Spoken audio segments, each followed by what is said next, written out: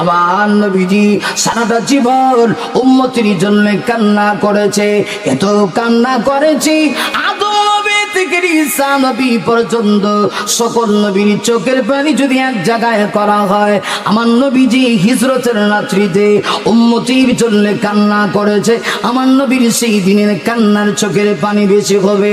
আবার নবী এত কান্না করতেন, সে আম্মা জান আয়েশা সিদ্দিকা রাদিয়াল্লাহু আনহা থেকে হাদিস এসেছে, আম্মা জান বলেন আমার নবীজির একাধিক স্ত্রী ছিলেন, আমার নবীজির পালা ছিল কোন দিন কার ঘরে যাবেন।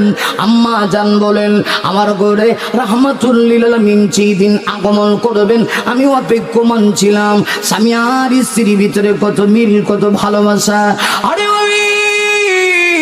আম্মা জান বলেন আমার পালা আসলো, নবীজি আমার হুজরায় আসবেন এশার নামাজ পড়ে।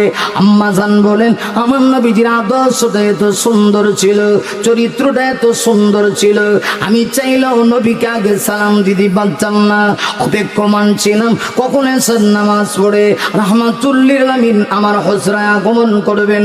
আম্মা জান বলেন হঠাৎ করে দেখি নবীজি দরজার ভিতরে কোরআন আনছেন, যেই মুহূর্তে দরজায় কোরআন এনেছেন আমি দরজা খুলে দিলাম, খুলে দিয়ে দেখি নবীজি আমাকে আগে সালাম দিয়েছে, কিন্তু নবীর চেহারাটা কেমন জানি একটু মলিন লাগতেছে। আমার মা আম্মা জান আয়েশা বলেন নবী গো কি হয়েছে, এইভাবে কেন আপনি কান্না করতেছেন, চেহারা মলিন, চোখ দিয়ে টপ টপ টপ টপ করে কেন পানি পড়ে। আমার নবী